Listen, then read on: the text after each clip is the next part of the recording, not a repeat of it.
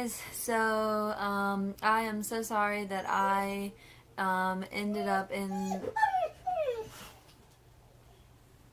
that's my retired service dog, and I am so sorry. He may be whining throughout this video.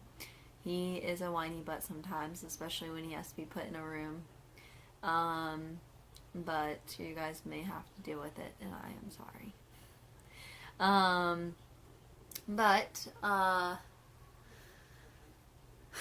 Well, I'm sorry that I have been MIA for a while. I am going to get back in it, right? I've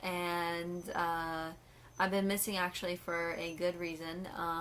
I was in the hospital, the psychiatric hospital to be exact, and I wanted to touch base on that, the topic about psychiatric hospitals and service dogs, because I've actually had a lot of experience with that, and about how they are, and how my hospital allows my dogs, well, not my service dog in training yet, but my old, well, he's not old, but my retired service dog, he came and he visited. He also came and he stayed with me.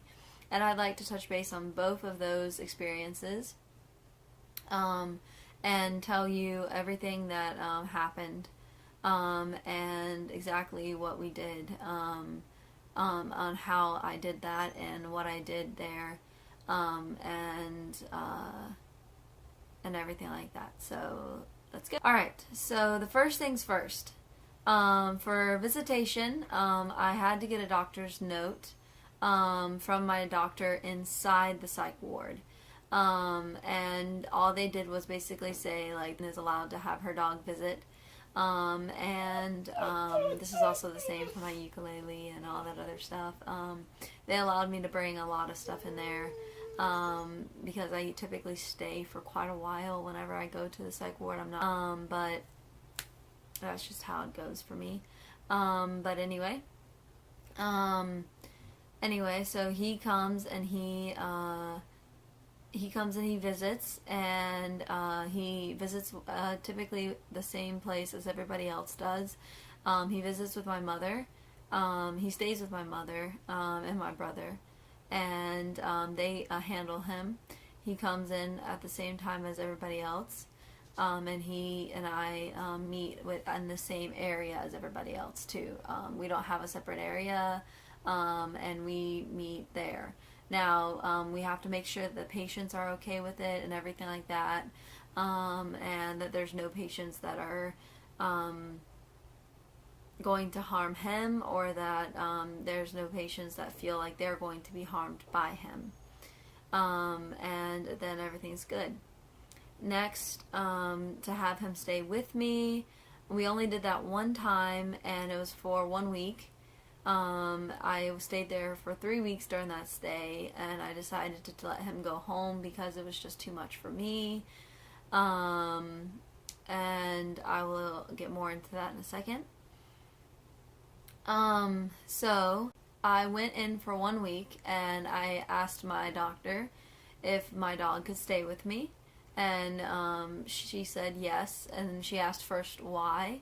And I said because it seemed like I was getting worse, because I didn't understand why my panic attacks were happening. And so we ended up figuring out that if he came, he would be able to help us with that. And so we ended up having him, and he did help quite a lot. But the patients were the other patients were one of the biggest problems. Because, not because they weren't able to handle themselves, but because they were asking constantly for pets. They were asking, they were constantly telling me that my dog was cute and that he was amazing and this and that, which was awesome to hear. I'm not saying that it wasn't, but I just wanted to be left alone. And I really liked that they were being so supportive and everything. But it was nice to be able to just sit outside and not have anybody see my medical equipment, if that makes sense. And also to keep constantly having him, he's such a high active dog, all my dogs are, And it was just so hard to have him so constantly keeping him active, because he doesn't go after balls, he doesn't go after things like that, but he is an active dog, so we have to run him constantly. Like, I usually would bike him like 5 to 10 miles a day, and he was getting not that much exercise.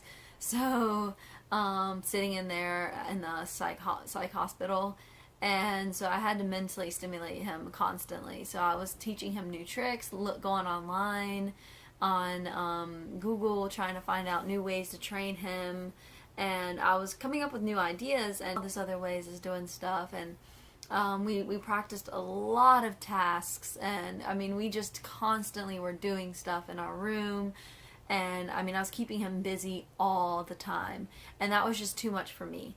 And I just wasn't having a break, which is the reason why I went there in the first place.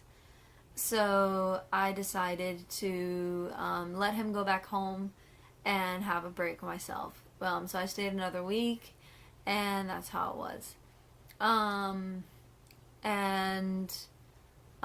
Then whenever I came out, it was a lot easier to adjust, it's just a lot easier that way. Hey buddy, come here! Come here, come say hi! If you want to say hi to him, let's see if I can get him to say hi. There we go. This is my other service dog, retired service dog. Yeah. So yeah. But yeah, I just wanted to tell you guys about that.